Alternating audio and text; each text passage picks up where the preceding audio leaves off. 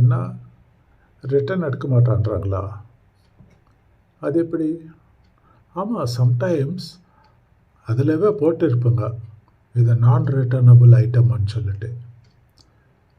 உங்களுக்கு ஐட்டமும் கொடுத்து, டிஸ்கவுண்ட்ஸும் கொடுத்து, அப்புறமா ஆஃபரும் கொடுத்து, அப்புறமா ஃப்ரீ டெலிவரி கொடுத்து, எல்லாமே கொடுத்து ப்ளஸ் ரிட்டனும் எடுப்பாங்களா என்ன? டெஃபினெட்லி இட் இஸ் நான் ரிட்டர்னபிள். அவ்வளோதான். ஒரு வாட்டி எடுத்தால் நீங்கள் வச்சுக்க வேண்டியது தான். சரி, அது என்னன்னு பார்த்துடலாம். அது ராஜேஷ் அதை ஃபோனில் பேசுகிறாரு. அதுக்கப்புறம் நான்சி வேறு பேச போகிறாங்க. பார்த்துடலாமா என்னன்னு? தெரியலங்க.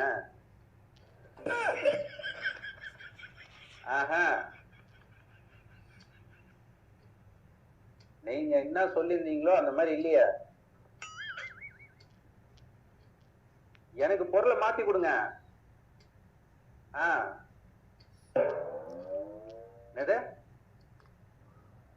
ரிட்டர்ன்ல எடுத்துக்க மாட்டீங்களா?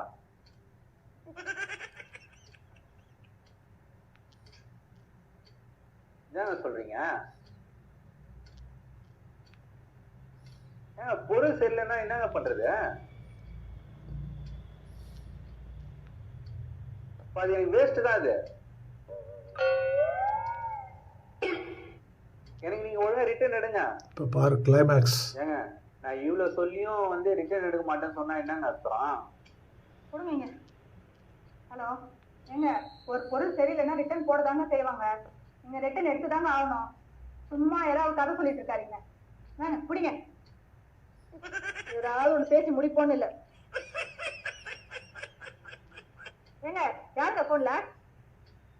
உங்க அம்மா தாண்டி. உன்னை ரிட்டர்ன் எடுக்க சொன்னா எடுக்க மாட்டாங்க. எப்படி?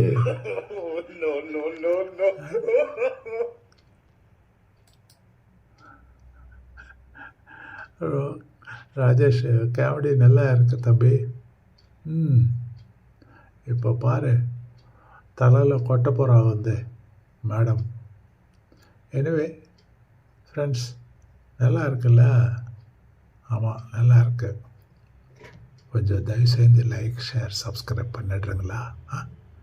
சப்போர்ட் பண்ணுங்கள் சாமி. சப்போர்ட் பண்ணால் ஐயோ, நான் கிவருக்கு ரிசீவருக்கு 2 பேருக்கு சந்தோஷம் தானே. ஏன் அந்த 2 பேரோட சந்தோஷம் கெடுக்கணும்?